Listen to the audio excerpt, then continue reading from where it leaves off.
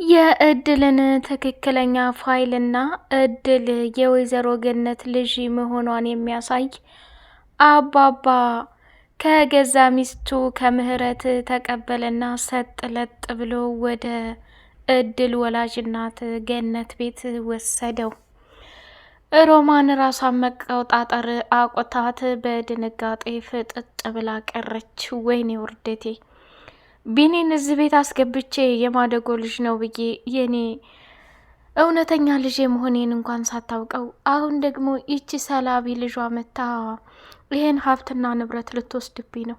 ወይኔ ልጄ ቢኒን የማይሆነ ነገር ደረጃ ላይ ሳላደርሰው በቀላል እንደዚህ እንድትወስድና በቀላል እንደዚህ እንድታደርግ አልፈቅድላትም ብላ ጨለለች። አባባ እንግዲህ ስሚ ወይዘሮ ገነት እድል ከ12 ዓመታት በፊት እኔም ሚስቴ ሞታለች ብዬ በተስፋ ቆርጬ ሚስቴ ግን ኑሮዋን በሙሉ ከእድል ጋር አድርጋ እየኖረች ነበር።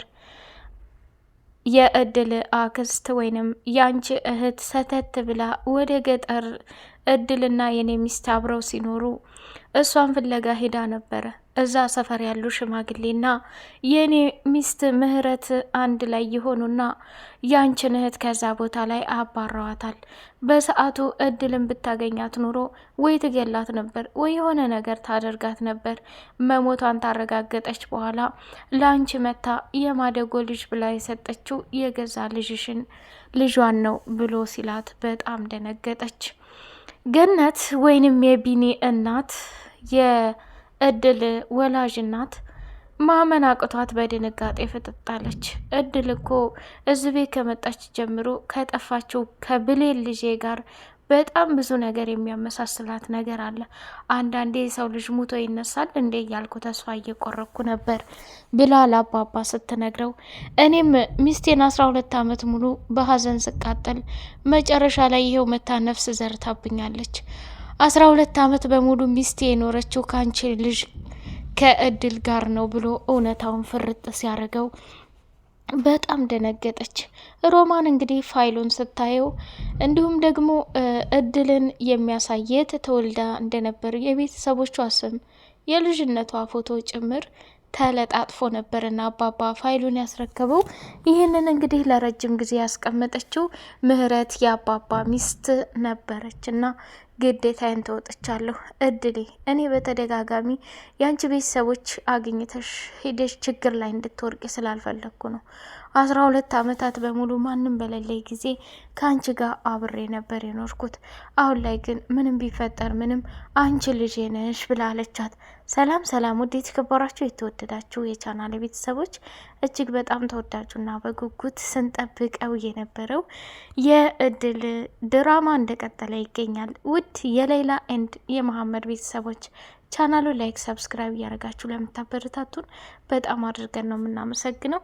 እድል ወደዛ ቤት እንግዲህ ደላላ ሰራተኛ አድርጎ ካስገባት በኋላ በጣም ግራ የተጋባ ስሜት እየተሰማት ነው። ቢኒ እጅግ በጣም በሚገርም ሁኔታ እየወደዳትና እያፈቀራት መጣ። አብራ ያደገችው ሜላት ደግሞ እሱ እያያት ያለውና እያከበራት ያለው እንደ ታናሽ እህት ነው። የሚያስባትም እንደዛ ነው። እሷ ግን በፍቅሩ ተጠምዳ የምትሆነው ግራ ገባትና እኔ በህይወት እያለሁ ቢኒን ይህን ያክል አመት እንደ ወንድም ቀርቤ ከዛም በላይ ብዙ ፍቅር ከሷ አገኘቻለሁ። ምንም ቢፈጠር ምንም እድል በህይወት እያለሁኝ አንቺ ቢኒ ልታገቢውም ሆነ ቢኒ ያንቺ ልታደርጌ አትችይም እያለች መዛት ጀመረች። መጨረሻ ላይ እድልን ቤቱን እያጸዳዳች ሳለ በድንገት መጣችና እቺ የተመታች ስሜ አንቺ እድል የዚህ ቤት ሰራተኛ እንጂ ዓይንሽን ከቢኒ ላይ አንሺ፣ እየሆንሽ ያለው ነገር በጣም ያሳዝናል። ምንም ደስ አይልም። ወንድሜ በማይፈልገው ፍቅር ገብቶ መቃጠል የለበትም ብላለች። ቆይ ለእኔ የተናገርሽ እንጂ ይሄ ነገር ላንቺ ነው የሚያሳየው ብላለቻት። እንዴት እንደዚህ ትይኛለሽ ብላ እጅግ በጣም በሚገርምና በሚደንቅ ሁኔታ ቀወጠችው። እጅግ በጣም የሚያሳዝነው እና የሚገርመው ነገር ግን ከሚታሰበው በላይ ዋጋና መስዋዕትነት የከፈለችው ጀግናና አንበሳዋ እድል ቢኒን ለራሷ ለማድረግ ጥረት ታደርጋለች። እሱም በጣም እየተንከባከባት ይገኛል። በተለይ ትምህርቷን እንድትማር እንዲሁም ደግሞ እዛ ቤት እየተፈጠረ ያለውን ነገር ከጎኗ ሆኖ ሊያግዛት ቃል ገብቶላታል። እድል ደግሞ የወይዘሮ ሮማን ቅናትና ንግግር በፍጹም ተራገረን ለኔ ልጅ አይገባውም። ለኔ ልጅ የሚገባው የወይዘሮ ገነት የእህቴን ንብረት በእጁ ካደረገ በኋላ ሁሉንም ነገር ለሱ ከፈረመችለት በኋላ በደስታ የራሱን ሴት መርጦ እንዲኖር ነው የምፈልገው እያለች ማሽቃበጥ ጀምራለች። ወይዘሮ ገነት ከቤት ወጣችና እንግዲህ እድሌ አንቺ ትምህርትሽን መማር አለብሽ፣ በጣም ጥሩ ልጅና መልካም ልጅ ነሽ እያለች ስትላት በጣም በሚገርም ሁኔታ አብረው ቁጭ ብለው ምግብ እየበሉ ሳለ እድል እንግዲህ ወጡ ላይ ያለውን ሽንኩርት እየለቃቀመች እኔ እኮ ሽንኩርት ያለበት ምግብ አልበላም አልወድም ብላለቻት። እንግዲህ ወይዘሮ ገነትም ወደ ኋላ መለስ ብላ ስለ ልጇ ብሌን ማስታወስ ጀመረች። ወይ የሆነ ነገር ትዝ ብሎኝ የኔም ልጅ እኮ እንደዛ አትበላም ነበር፣ እንዲሁ ከልጄ ጋር የሚያመሳስላቸው ነገር ምን ይሆን እያለች በጣም ነው ግራ የተጋባችው ማለት ነው። እንግዲህ እጅግ በጣም በሚገርምና በሚደንቅ ሁኔታ እድልን ጥርጣሬ እያደረሰችባት ትገኛለች። እሷም እንክብካቤዋ ምንም ሳትሰላች ማሚዬ ብይ ጠጪ ብላ እግሯንም ስታጥባት በጣም ተገረመችና እኔን እግሬን እስካሁን ያጠበኝ የለም፣ እንዳንችም ደግሞ የተንከባከበኝ የለም። ስለዚህ ምንም ቢፈጠር ምንም አንቺ እውነተኛና ትክክለኛ ልጄ ነሽ እያለች መናገር ጀመረች። እሷም በጣም ግራ ተጋብታ ስለነበረ ችግር የለውም፣ ሁሉንም ነገር አምኜ ለመቀበል ዝግጁ ነኝ። እኔ እኮ እየሆንኩ ያለሁት ነገር ከምትዩና ከምታስቢው በላይ ብዙ ችግሮችንና ብዙ ነገሮችን አልፌ ነበር። መጨረሻ ላይ ግን እየተፈጠረና እየሆነ ያለው ነገር ሰላም ነስቶኛል ብላለቻት። አትጨናነቂ፣ ምንም ቢፈጠር ምንም አንቺ ልጄ ነሽ፣ አብረን እዚህ ቤት በደስታ ነው የምንኖረው። እየሆነ ያለውን ነገር እረዳሻለሁ። ስለዚህ ባክሽ በደስታ ለመኖር ሞክሪ ብላ አለቻት ማለት ነው። እጅጉን በጣም የሚገርምና የሚደንቅ ነገር እየተፈጠረ ነው ያለው። እድል እንግዲህ በጣም ደስተኛ ሆናለች እውነት ለመናገር። ሌላው ደግሞ በጣም አሳሳቢውና ከባዱ ነገር ሜላት ናት። ሜላት አሁን ላይ በፍጹም አንቺ ዓይንሽን ከቢኒ ላይ አንሺ፣ አንቺ በፍጹም የምትገቢው ሴት አይደለሽም። እድሜ ልኬን ዋጋና መስዋዕትነት የከፈልኩትም የኔ ለማድረግ እንጂ አንቺ እንደፈለሽ ልታደርጊ አይደለም እያለች እየተፎካከረቻት ትገኛለች። እድል አሁን ላይ በከባድ ሁኔታ ከባድ ስሜት ውስጥ ገብታ ትገኛለች ማለት ነው። ይሄንንም መወጣት አቅቷት ራሷን መስዋዕትነት መክፈል እያቃታትና ከወይዘሮ ሮማን ጋር ያላት ጸብ እጅግ በጣም የሚያሳዝንና ከባድ ነገር ነው።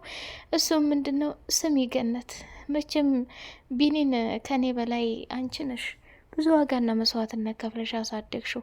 አሁን ከዚች ከአንድ ተራ ሰራተኛ ጋር እንደዚህ መሳሳም፣ እንደዚህ መገረፋፈጥ፣ እንደዚህ መሆን ምንድን ነው ጥቅሙ ብላ ስትላት፣ እንዴ ምን ሊሆን ብለሽ ነው?